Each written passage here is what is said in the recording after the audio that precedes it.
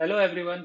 मेरा नाम है अक्षय कपूर और आज मैं आपको साइकोलॉजी के दो मजेदार एक्सपेरिमेंट्स के बारे में बताने जा रहा हूँ। ऐसा शायद आपके साथ भी हुआ होगा कि आप अपने दोस्तों के साथ खड़े हैं और आपके दोस्त किसी को बुली कर रहे हैं या सता रहे हैं। आपको मन में पता है कि ये गलत है, मगर फिर भी आप चाहकर विरोध नहीं कर पा रहे, क्योंकि आपको कहीं ये डर है कि अगर आपने विरोध करा तो आपको आपके ग्रुप से निकाल दिया जाएगा। या फिर कई बार आप ये सोच लेते हैं क्योंकि ये सब ऐसा कर रहे हैं तो हो सकता है आप गलत सोच रहे हो। ये एक मानव प्रवृत्ति है। साइकोलॉजी में ऐश कंफर्मिटी एक्सपेरिमेंट इसके बारे में हमें बताता है। ऐश कंफर्मिटी एक्सपेरिमेंट साइकोलॉजिस्ट सोलोमन ऐश ने किया था। ये एक सिंपल एक्सपेरिमेंट था जिसमें एक कमरे में 6 लोग बैठाए थे। इन सभी लोगों को एक पेज दिखाया गया था जिसमें की लाइन बनी हुई थी।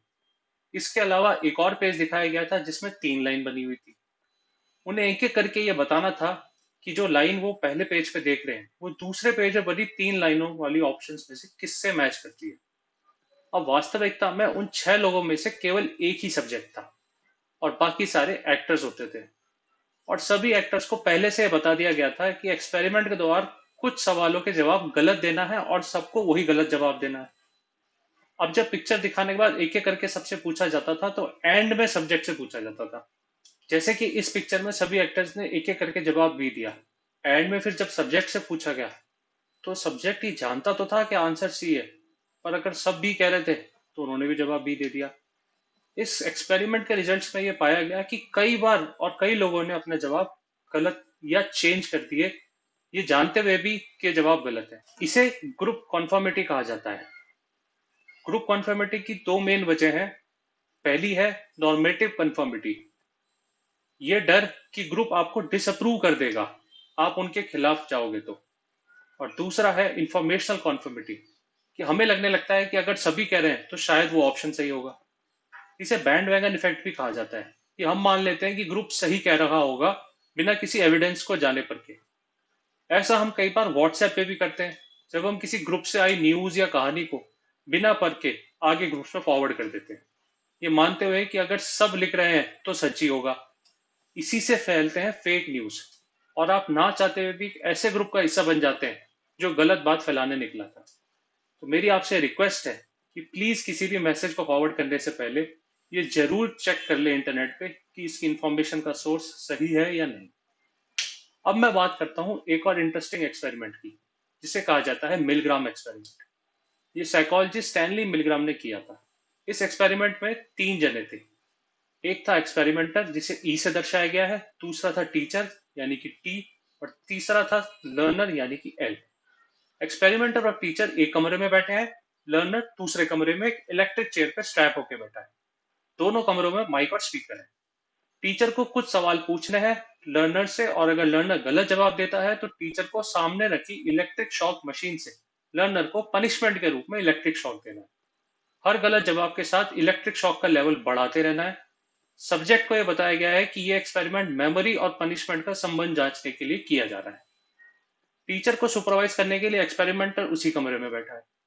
लर्नर भी एक्सपेरिमेंटर का एक एक्टर ही है जिसके पास प्री रिकॉर्डेड साउंड्स है हर शॉक लेवल के लिए। अब जैसे जैसे लर्नर गलती करता है टीचर शॉक का लेवल बढ़ाता है और लर्नर की ओर से और भी जोर से दर्द की आवाज निकलती है। सब्जेक्ट को डर लगता है कि लर्नर को शॉक ज्यादा लग रहा है और वो एक्सपेरिमेंटर को रोकने के लिए कहता है। एक्सपेरिमेंटर को यह कहा गया है कि उसे अथॉरिटी से 4 बार टीचर को मना करना है, लेकिन अगर 5वीं बार भी टीचर कहे तो एक्सपेरिमेंट रोका जाता है। इस एक्सपेरिमेंट में हर बार 15 वोल्ट का शॉक बढ़ाया गया था और टीचर को भी बता दिया था कि 300 वोल्ट से ज्यादा का शॉक शरीर के लिए घातक है और मैक्सिमम वोल्टेज 450 वोल्ट थी। अब आपको क्या लगता है कि ज्यादातर टीचर या ज्यादातर सब्जेक्ट्स किस लेवल तक गए होंगे? इस एक्सपेरिमेंट का रिजल्ट बहुत ही चौंकाने देने था। 65% लोग मैक्सिमम वोल्टेज 450 वोल्ट तक चले गए थे और 100% लोग 300 वोल्ट वाले लेवल से ऊपर चले गए थे।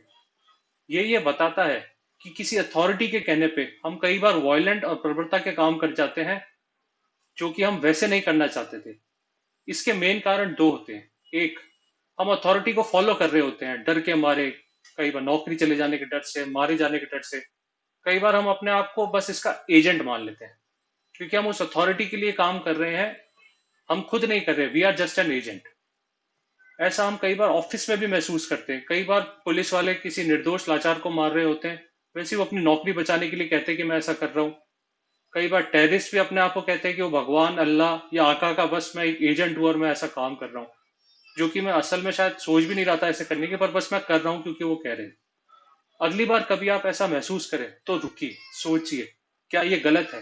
अपनी हिम्मत जुटाइए और आवाज उठाइए। हो सकता है समाज गलत हो सकता है अथॉरिटी गलत हो। हमारे इतिहास में ऐसे कई उदाहरण हैं जिन्होंने अपने ही समाज की गलतियों के खिलाफ, अपने ही आकाओं के खिलाफ आवाज उठाई और अपने नाम अमर कर गए। आज ये समाज उनका ऋणी है। Thank you.